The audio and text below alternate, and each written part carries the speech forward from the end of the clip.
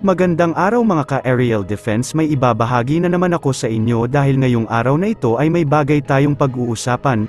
China hindi daw inaangkin ang West Philippine Sea, Marcos binanatan ang Chinese Foreign Ministry, pero bago tayo magpatuloy wag mo muna kalimutan mag-like, share, and subscribe, paki-follow at like muna ng aming page na nasa description na ang link. Hindi raw inaangkin ng China ang buong West Philippine Sea, ito ang buwelta ni Chinese Foreign Ministry spokesperson Wang Wenbin, kasunod ng naging pahayag ni Pangulong Ferdinand Marcos Jr., na unacceptable ang ginagawang expansive claim ng China sa imaginary 10-dash line, sabi ni Chinese Foreign Ministry spokesperson Wang Wenbin, hindi raw kiniklaim ng China ang buong West Philippine Sea dahil pag-aari at teritoryo daw ito ng kanilang bansa.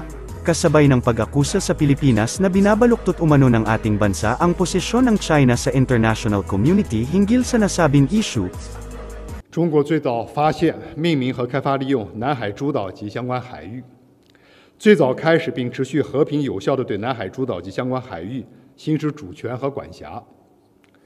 二战后，中国政府依照《开罗宣言》和《波茨坦公告》的规定，收复被日本非法侵占的南海诸岛，并恢复行使主权。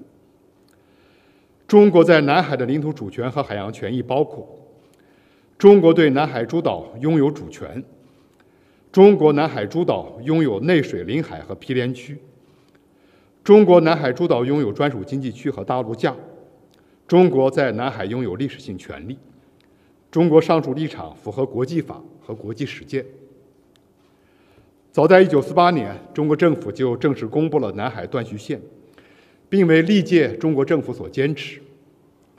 在很长时间里，没有受到任何国家的质疑。菲方声称中方把断续线内海域都据为领土，这是对中方立场的蓄意歪曲，不符合事实。菲方应停止对国际社会的误导，停止借南海问题挑起争端，借外力破坏南海地区的和平稳定。在处理南海问题上，中方坚定维护自身的领土主权和海洋权益，同时愿继续同有关直接当事国在尊重历史事实的基础上，通过谈判协商妥处涉海矛盾分歧。在分歧解决前，也愿同有关直接当事国共同努力，管控好海上局势，积极开展涉海合作，实现互利共赢，共同维护南海和平稳定。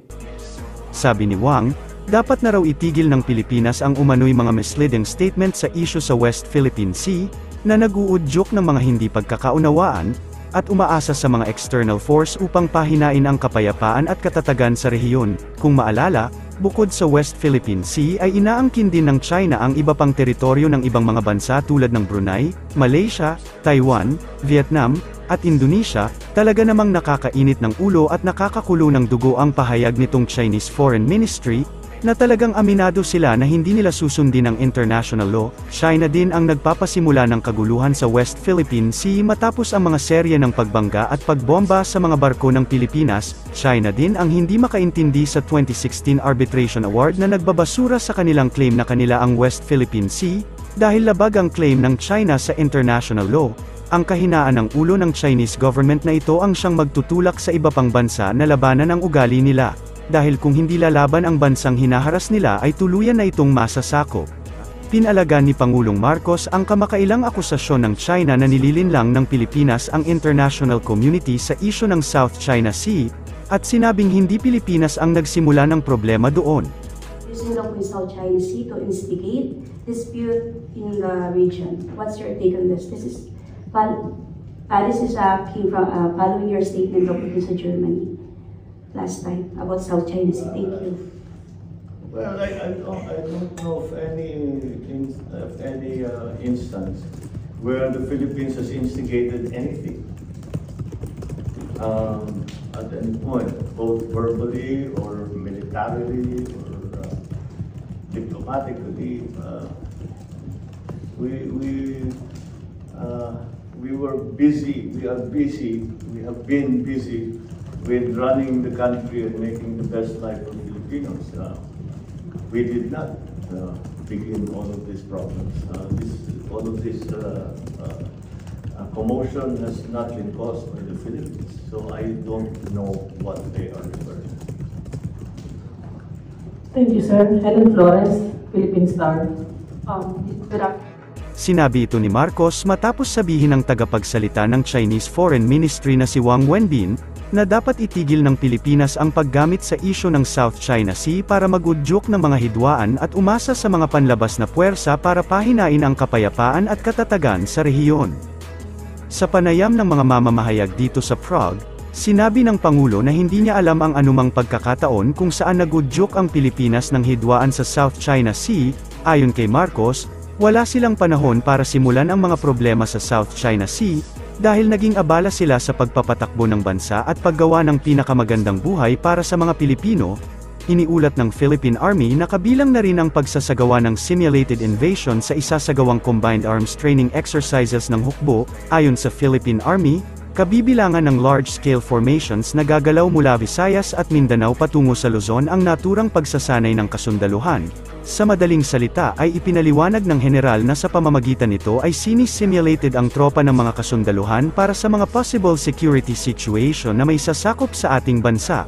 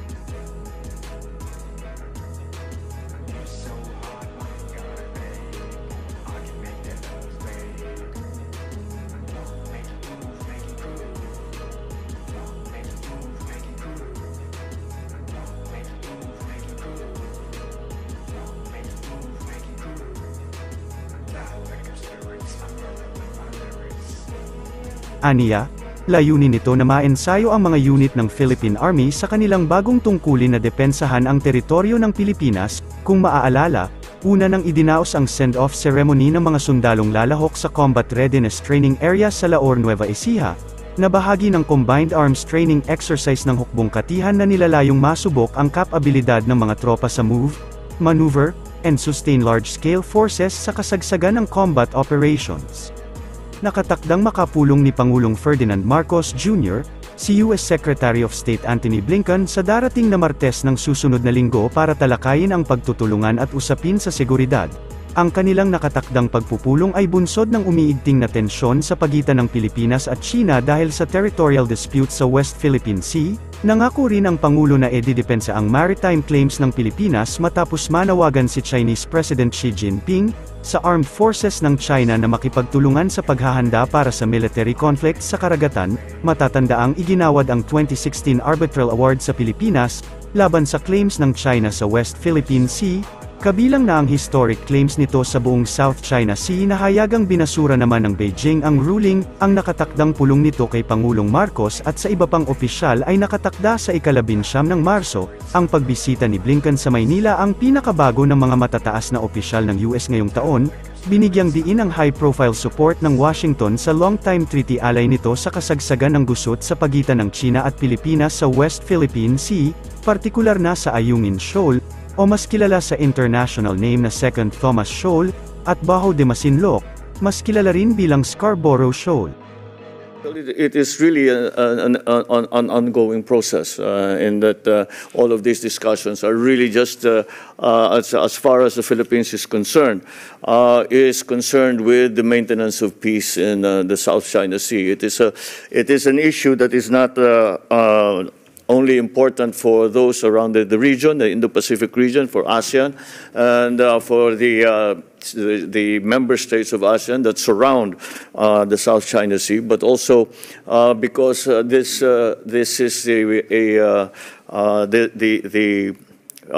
safe navigation and passage of the South China Sea is important to international trade, as close to 60% of international trade goes through that channel, and we hope to continue with these discussions, and with an eye not to winning any kind of conflict, but really just to maintain the peace and to continue to defend the sovereignty and the sovereign rights of the Philippines when it comes to these international differences that we are having to deal with right now.